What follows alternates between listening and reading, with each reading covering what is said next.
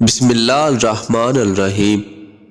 ایک عابد شخص اپنی جھونپڑی میں لوگوں سے الگ تھلگ عبادت کیا کرتا تھا۔ وہ 70 سال تک کسی جھونپڑی میں رہا۔ اس عرصہ میں کبھی بھی اس نے عبادت کو ترک نہ کیا اور نہ ہی کبھی اپنی جھونپڑی سے باہر آیا۔ پھر ایک دن وہ جھونپڑی سے باہر آیا تو اسے شیطان نے ایک عورت کے فتنے میں مبتلا کر دیا اور وہ 7 دن یا 7 راتیں اسی عورت کے ساتھ رہا۔ 7 دن کے بعد جب اس کی آنکھوں سے غفلت کا پردہ ہٹا تو وہ اپنی اس حرکت پر بہت نادم ہوا اور اللہ تعالیٰ کی بارگاہ میں توبہ کی اور وہاں سے رخصت ہو گیا۔ وہ اپنے اس فعل پر بہت نادم تھا۔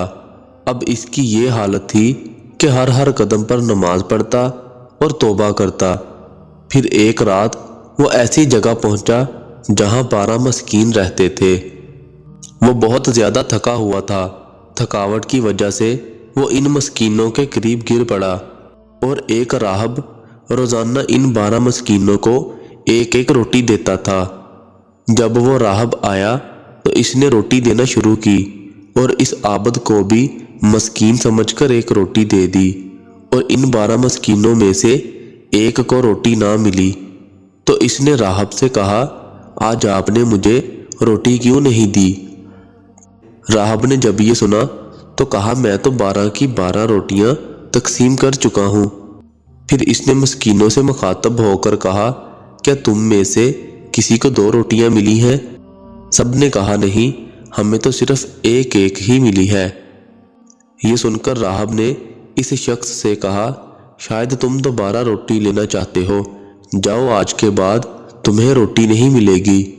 جب اس عابد نے یہ سنا تو اسے اس مسکین پر بڑا ترس آیا، چنانچہ اس نے وہ روٹی مسکین کو دے دی اور خود بھوکا رہا، اور اسی بھوک کی حالت میں اس کا انتقال ہو گیا۔